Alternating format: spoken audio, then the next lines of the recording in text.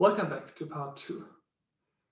In this part, I'm going to talk quite briefly about group behaviors and basically trying to understand why people in groups sometimes do things that they wouldn't do on their own. One motivation for trying to understand that is obviously to understand crowd behavior. So why do we sometimes see groups of fairly typical, nice individuals engage in really violent, aggressive protest, or for that matter, into violence after some sports event that didn't end in the way the fans wanted it to end? So why do we see this mob behavior? And the main response that social psychologists give to this is the concept of deindividuation, which effectively just means a reduction in the importance of individual identity in favor of group identity.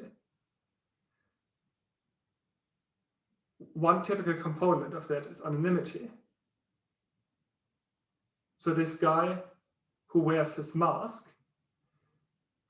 is de-individuated because his whole appearance now is mostly the appearance of a protester and not the appearance of an individual. De-individuation has been studied for a long time, and initially the idea just was that anonymity, which is provided by being part of a big group, gives us moral license. We don't feel as responsible for our misdeeds, and also gives us protection. We're less likely to held to account. That's a traditional theory that just says, well, anonymity gives us license to transgress. The social identity model of de-individuation is a bit more interesting in saying that we initially have a social identity as being a protester, being a football fan, but when we enter it, our whole self, it's just one of many identities. If we now dress up head to toe in our team's colors, wear face paint and so on, this de-individuation, this complete immersion into the group identity can just make that group membership more salient and make it a lot more likely that our behavior is only in line with that group identity, with what we expect really strong sports fans to do, rather than what we individually do, having all kinds of different identities. To tell such theories apart, you sometimes need to not just look at one study, but at a whole field. So this Postmus and Spears meta-analysis is an interesting example for how they reviewed all literature on de-individuation, thought quite carefully about what the empirical differences are between those two theories. And then they concluded that the more plausible explanation is about social identity. So anonymity, being part of a big crowd, strengthens that particular identity and encourages people to do whatever they think is in line with that identity, which clearly isn't always something socially harmful. Ultimately, dressing up for carnival is also something that leads towards de-individuation. You are in costume, it's clear that you're part of this celebration, and that just makes it easier and more natural to go along with group norms of revelers in some kind of party context.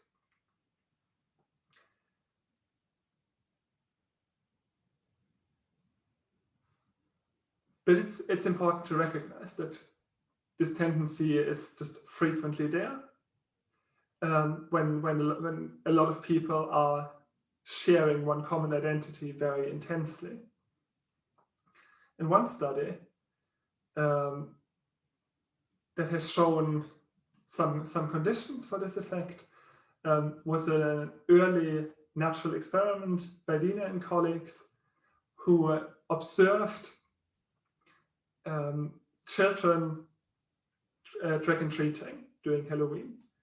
So they had observers in a couple of houses, watched children come in on their own or in a group, then manipulated whether they asked the children for their names or not, so whether there was anonymity or not. And then they saw how many children took the opportunity to steal a little bit of money alongside the treats that they were offered. So when the children were alone,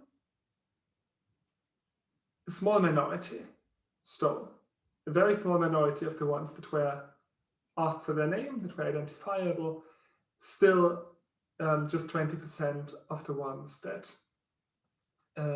were anonymous. When they came in a group, the behavior changed a lot, particularly when the groups were anonymous. So this suggests that being in a group that is all identified by trick or treat, so clearly by some kind of moral, some kind of attempt to get things, let's call it that way. So being part of that group, especially when the group is anonymous, makes it a lot more likely that participants transgress.